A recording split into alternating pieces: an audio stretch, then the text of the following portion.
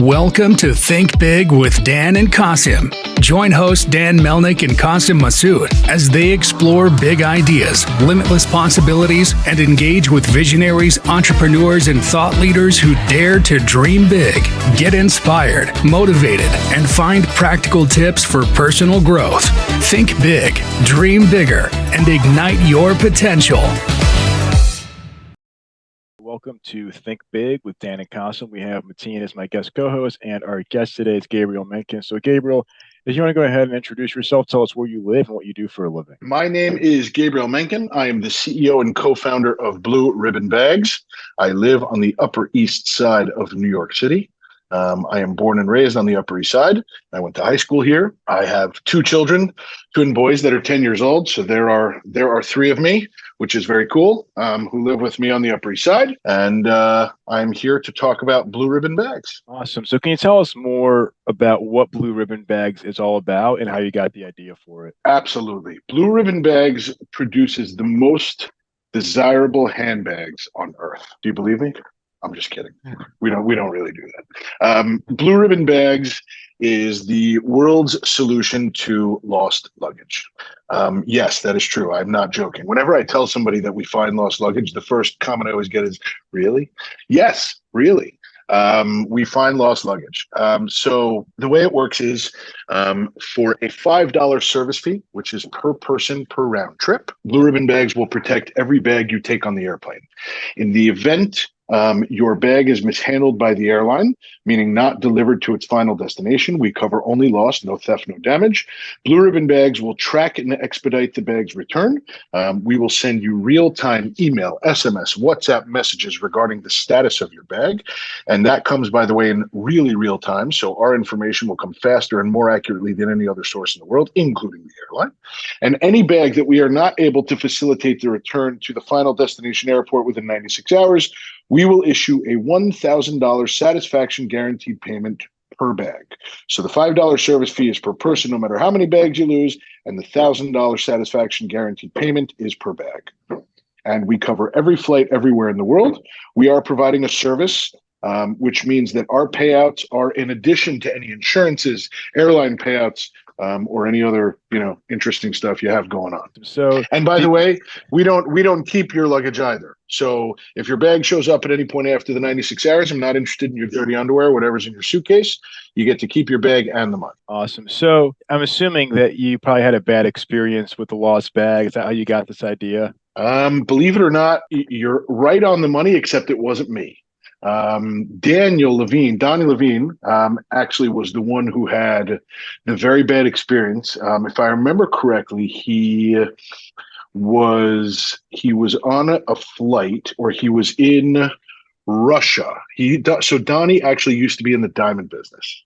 And he's a long-standing family in the diamond business. My family actually was from the diamond business too, coincidentally, which is, I guess, a little bit how we met. But Daniel was flying from Russia and got a call to fly to China to meet with a very, very, very big retailer. One of those meetings you kind of wait for your whole career, and you kind of get on the next plane and go. He got on the next plane, he got to China, and his bag did not show up. Now, to a normal person in China, you buy some clothes, you go to your meeting, moves on. At the time, Dan's in very good shape and very healthy. But at the time, I think he was on the larger side and had a little bit of trouble finding clothes that fit appropriately, and ended up going to a meeting with the largest retailer in China wearing dirty sweatpants and a t-shirt that was probably stained a few times over. He was not able to secure money. He was not able to find out where his bag was. He literally was in the dark for all of this time. And sat there for a little while, and I guess ultimately thought there's got to be a better solution than this. And so he actually spent a number of years developing a business plan of thought, things of this nature. A number of years later, he and I met, and he approached me, and to be very open with you, he came to me. I'd like to think he knew what he was doing and had a good nose for it. But he ultimately came to me and, kind of pitched me this thought and this idea, and told me that he was sure that I was the right partner for him. And, I to be honest with you, I have no idea how he knew we weren't that good of friends. We'd only met a couple times, and we were in Hong Kong at a diamond show. At the time, I was working in real estate, selling commercial condominiums for a very large developer here in New York City. My last project was the Diamond Tower on 47th Street, which is why I was in Hong Kong at a diamond show to sell commercial condominiums. And so the way it works is at the end of the show in Hong Kong, everyone from New York stays up all night because you get on a flight in the morning for like 18 hours, right? And you want to like be able to sleep most of it off. So everybody stays up all night, figuring out what to do until you get on the plane. And so it was actually a September show, and it was the opening day of football 13 years ago. And we're both big football guys, and we were at the only bar in Hong Kong that plays American football called the 109. And Donnie and I sat down, and he sat down with me at this bar. I didn't even know him that well. I kind of wasn't sure why he was in my ear during football, he pitched me this idea. He was sure that we were going to be perfect. I kind of listened to him at first, and I was like, I have no idea what this guy's talking about. I don't know anything about this stuff. It took me a bunch of months to, I'm one of those people who doesn't do anything a little, a New York City, kind of nutcase. And so I spent the next bunch of months like obsessing over insurance and bags and travel and, blah, blah, blah. And eventually I kind of came back however many months later, and to make what could be a very, very long story short, 12 or 13 years later, I guess we're the best in the world at finding lost luggage. I suppose that's a weird thing to be the best at, but hey, it's working out very nicely. So if somebody wanted to use your service, what does that look like? I mean, is it, show up when they're booking a flight? Like, what do those partnerships look like? So it's like, how do people even find out that you exist? So we are a B2B business. We work with anybody who surrounds the travel experience. So online travel agencies like, the Cheapo Airs of the world, so we cover every flight everywhere in the world. So right now we have, more than 400 online travel agencies worldwide who sell our product. When you get into the checkout path after you choose your flight, there's that little box that goes, hey, you want to protect your luggage for $5? That's us. And so we have like 400 of those. We work with travel agencies all over the world. So travel agencies, because of the cheap price point, and by the way, we're a revenue share model with everybody. So, we split it with everybody. And so, those guys will, how much can a travel agent kind of work into their offering? To really offer you something meaningful that you care about, without it kind of intruding on the price and making a thing out of it. And so it works. So they include us in a lot of their packages. Some of the largest travel agencies in the world. That's a really good business for everybody because, when an OTA, an online travel agency, they love it because we have like the highest attachment rate, I think, like in the history of online travel. So those make, a ton of money on us, and it's like a great thing to have there. Right. And for an OTA, our product is the same for everybody, right? Like, so for an OTA to put you up on their site, one of the problems with ancillary products are limitations, geographic limitations, who they can sell it to, how they can sell it to. Blue Ribbon Bags is the same for everybody. It's the same $5. Doesn't matter if you're, tall, short, yellow, black, brown, and, whatever place you're going to in the world, that makes absolutely no difference. It's always $5. So the ROI for them is very good because, they can keep our product on every single page and offer it to everyone. So it's really a money play for those guys. But the fact that the service is really good, and most online travel agencies will tell you, nobody ever complains about these guys, which is great for us. Is a really good thing. And then on the travel agency side, when you book through a travel agent and you lose your luggage, it's really crappy, right? And like the first person you call is the travel agent. You're like, you booked me on this, stupid flight and I lost my bag. You got to find it for me, travel agent. Then the travel agent spends 3 days like looking for a bag on the phone with an airline they have no idea how to find. And they've now like not booked travel for 3 days. They're incredibly frustrated. They're afraid they're going to lose the customer, and like everybody's like all up in arms. And so we are able to kind of solve that problem for both sides at the same time, which makes working us into that package really good. And actually about a year and change ago, Donnie, another travel agencies were a good business for us, but we were really kind of stuck on the bigger guys. So the really big guys, they have integrations, they have this, they have ways of kind of working you in. We had a lot of problem with the smaller guys because, it was kind of a pain in their ass to book us one at a time. And, but I'm sorry, I forgot. Sometimes I forget I'm on a podcast. No, it's fine. You can swear on our podcast. Sorry. Yeah, no. Okay. Sorry. I don't have a lot of experience here. So, and so, when now I lost my train of thought. I felt bad that I said something I shouldn't have said. Mm-hmm. Oh, and so, he came up with this brilliant idea of, what about a subscription-based program, right? So that these guys don't have to think about it. So that's taken off like wildfire. And so now we've got, hundreds and thousands of these small agencies all subscribing to give it to every one of their customers at once. It was a next level genius idea, which, when you have a partner like that happen all the time. And so, it's one of the joys of my career that I get to execute on all these great ideas. And so, a lot of people say, "Oh, wow, you must be great at executing." I got to be honest, when the idea is that good, it's not that tough. So, it's a really good partnership and opportunity, and it works very well.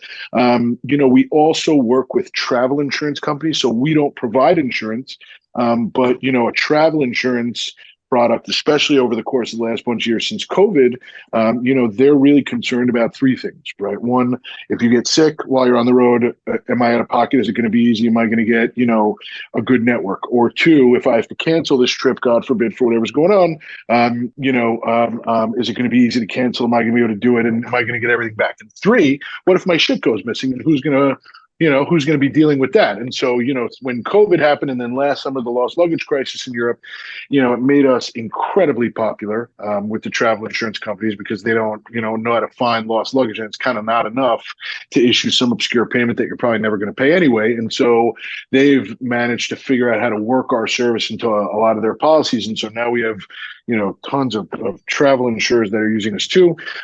We have airlines that are now, selling us in their checkout paths, now that they're commanding a ton of direct traffic, from the consumers, right? Kayak is now sending you to, direct to the airlines instead of to the, smaller OTAs in the world. So they want to make the ancillary revenue. So that's a good thing for us. And, I think there's no better kind of testament to how good you are when an airline kind of has you in their checkout path going, "Hey, you should really buy this for $5. These guys probably do it better than we do," which is really cool, by the way. And then we have credit card companies. They, work us into, an added benefit to the card. So, every ticket you book with your Chase Sapphire card, just an example, because I have one, I just used it. You automatically have blue ribbon bags for any flight that you book. So, and then we have some really cool stuff that's like way out of the box. We have a telecommunications company in India that every time you go and activate roaming, you get blue ribbon bags automatically because you're probably checking luggage, right? That was like so awesome. We have another partner called Siraj Shah, very, very smart guy. He actually sold an enormous business in the diamond business also, which is how we knew him. And then he kind of a few years ago, joined us full time, and he's decimated the Indian and Middle Eastern markets and created some crazy stuff there. I got to be honest, I wouldn't have thought to add us to roaming packages in a million years. And I got to be honest, those are my favorite deals because it's like, when you start this, we knew Expedia, Liberty Travel, right? Because we're all from New York. We knew Zelle Travel. We had a partner, right, called Barry Lieben who owned that company. And, that's one of the ways we kind of moved. We knew, like four people. And so, it was always like, we'll sell it here, we'll sell it here, we'll sell it here. It'll be great, right? And, we'll work out great. And then one day it's like, hey, you want to be part of roaming packages? And everyone kind of looks at each other and goes, yeah, we do. That was our idea too. We were just going to say that. And you kind of take credit for everything just to make sure you don't look like it's sort of a brand new thing. But believe it or not, it's, those are like the best. We're starting to work now with hotel booking companies where, 48 hours before check-in to 48 hours before checkout for the $5 will cover any flight you take in the middle. And really cool stuff like that. So to be honest, I think one of the things I love the most about this business is that it grows in every direction all the time. Like there new shit comes out of nowhere all the time. Like when we have our sales meetings here and I listen to a guy go, dude, we're about to get a deal with a bus company out of Europe who 90% of their pickups are out of the airport in this car rental company. And I'm like, yes, car That's rental awesome. company. So, it's very cool because lost luggage is like a really big deal, especially now with what's happened in the last few years. And, we're growing in a million different directions and, cool stuff comes up all day. The AirTag thing was a really big deal for a while. Everyone was like, oh, put an AirTag in your thing. And, that turned into, AirTags are only good until you lose your bag. That was a really good, that was a really good thing we found out one day. You're infinitely more frustrated when you know where your bag is and nobody can move it. And so you're calling the airline like 4 million times being like, well, my bag is here. And they're going, yeah, I get it.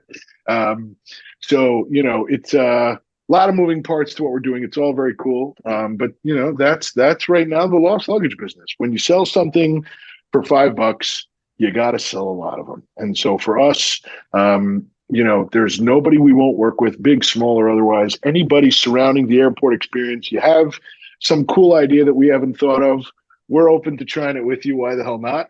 And if somebody loses their bag, we're pumped. You know why? Because this is the only thing we do. We have a one-item menu, but our menu is awesome. So speaking of cool ideas, have you looked into or are currently adding artificial intelligence or machine learning to add more value and improve the customer experience? The buzzword of the year, artificial intelligence. You're not getting through a podcast without hearing that at least twice.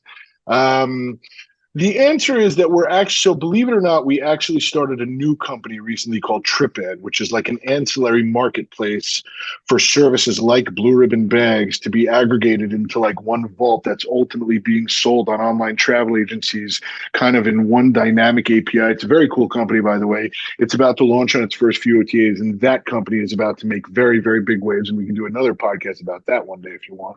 That said, that product has a huge element of AI involved in it because we have such a big vault full of shit, that we want to offer you that the artificial intelligence takes who you are, where you're going, whatever information about you, and then it pulls the 5 products that you're most likely to buy, and it offers them to you in a bundle. And so you can buy it in a bundle, you can buy it a la carte. It's that product is super, super cool. And that was also, by the way, a very cool story. I could go on for hours about that, but TripAd does have a huge amount of AI in it. I think when it comes to BRB, I'll be honest, right this minute, we're not kind of working the AI into it just because I don't know that we found kind of the right niche to use it. Our process and how we do these things is very kind of straightforward and has been this way for a while. And sort of, the lost baggage process hasn't evolved all that much on the airline side, at least not for the last however many years. So, I don't necessarily know that artificial intelligence right this minute is the right word. I would say that we are always improving the way we operate to streamline it as much as possible and always making sure things are moving as fast as we can and the updates are going out great and the ability to narrow and zero in on bags and narrow down possibilities. This always exists. But what about but what about like for customer service? Like you have this, 90. Oh yeah. So you have people responding like right away. So I don't know if you've thought about that, because they're like 24/7, like high level, chat bots work with your customers. So believe it or not, TripAd purchased a company in Lithuania that had an AI-based chatbot. And so that was IP that we acquired, and we're actually in the middle of kind of integrating that into a lot of the things that we do. And we have integrated that into the BRB platform in a bunch of different ways. But I got to be honest, for customer service, that's the most important part of what BRB does. When you lose your stuff, you're pissed, man. There's no other way to say it other than these people are really pissed, and they're pissed at the world, right? Like they're pissed at us because we haven't found their bag, 10 seconds faster than we did, and they're pissed at the airline for losing it. They're pissed that they don't have their stuff. They're pissed that they have to deal with it in the first place. These people are just angry, and when you're and rightfully so, by the way. And our job is to minimize the anger as much as possible. So imagine if you're really angry and then you reach out to a company like us and you get some automated AI chatbot response, it's going to send you through the fucking roof, right? Like you're going to be like, I don't want to hear this. I want to talk to somebody. Like I want an answer, something with some meat in it, right? Like something that's going to tell me that you're actually doing something, and it's not some like, AI chatbot from God knows where in the world that's giving me some, boilerplate response. So I think in the bigger picture of things, we've incorporated it at times. I would say it's more on the purchase side than anything else. I think that on the in the customer service side, I think we kind of try and stay away from that just because, like I said, we're looking to reduce your level of frustration as much as possible, not add to it. And so I think that, like I said, once you lose your shit and you're like looking for somebody to answer you and you get some automated response, I think your inclination is probably to punch your screen Oh rather yeah, than, yeah, you know what I mean? Like, yeah. I mean, like the way I see it, at least like for your business, like if, like for example, like Amazon, right? Like they have both, right? So there are certain things you can click on these options. So like, you don't need to talk to somebody. That's like half of it. And then eventually, like, if you want to talk to somebody, you can, but it saves them lots of money because like they don't need. There's certain things that they can handle without like an actual live person. If that makes I think that sense. those guys, yeah, I get it. On Amazon, you're shopping, right? Like like it starts as what should be a pleasurable experience. And if you're shopping because you need to get yourself out of a crappy experience, the idea that you're shopping through and looking through the various like things and you have your options and all that, that's something nice, right? Like going shopping is fun, right? And I think that's cool. And so, something there kind of on the side being like, oh, you know, somebody might help me, choose this product or this product. Okay, makes sense.